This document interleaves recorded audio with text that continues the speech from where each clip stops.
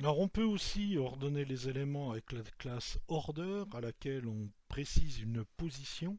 Ce qu'il faut savoir quand cette order position n'est pas précisée, on part du principe que les éléments qui ne l'ont pas ont la position order 0, c'est-à-dire ils sont placés en premier dans leur ordre d'apparition du conteneur. Alors les positions, on peut les faire varier de 0 à 12, pour une résolution minimale évidemment, et puis on peut utiliser évidemment les breakpoints pour pouvoir les positionner par rapport à une résolution. Alors on va voir l'exemple concernant ce sujet.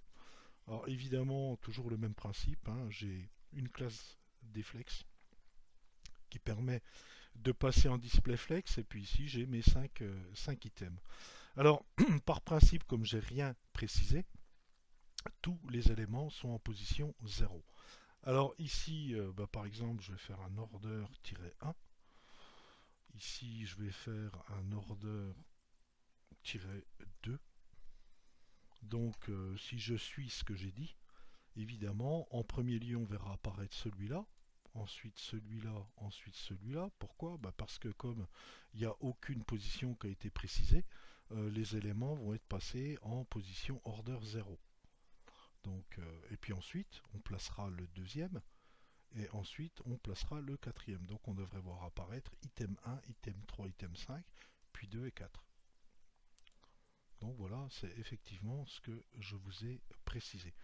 Alors, comme je vous le disais, bon, c'est pas très compliqué, on peut ne pas respecter un ordre croissant, c'est-à-dire si ici je le mets en position 5, l'item 4, ça va faire la même chose, il va placer déjà ceux qui ont le poids le plus faible et ensuite ceux qui ont le poids le plus élevé. Si je sauvegarde ça et puis que je réactualise ma page, vous voyez que ça ne me pose aucun problème. L'item 4 est placé évidemment en dernier parce que c'est lui qui a le poids le plus fort. Bon, malgré tout, respecter quand même cet ordre-là pour être cohérent. Ok. Alors après, évidemment, on peut placer des breakpoints pour dire, par exemple, je veux replacer mes éléments que, par exemple, en résolution moyenne. Donc à ce moment-là, je vais venir en position la plus basse possible. Ça doit être celle-là. Donc voilà, là ils sont dans l'ordre d'apparition puisque les classements vont avoir lieu que quand je passerai en résolution moyenne.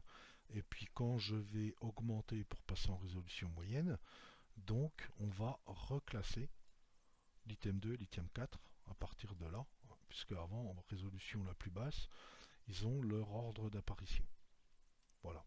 Bon, c'est pas très compliqué, mais ça permet de réordonner les éléments par rapport à une résolution sur votre navigateur.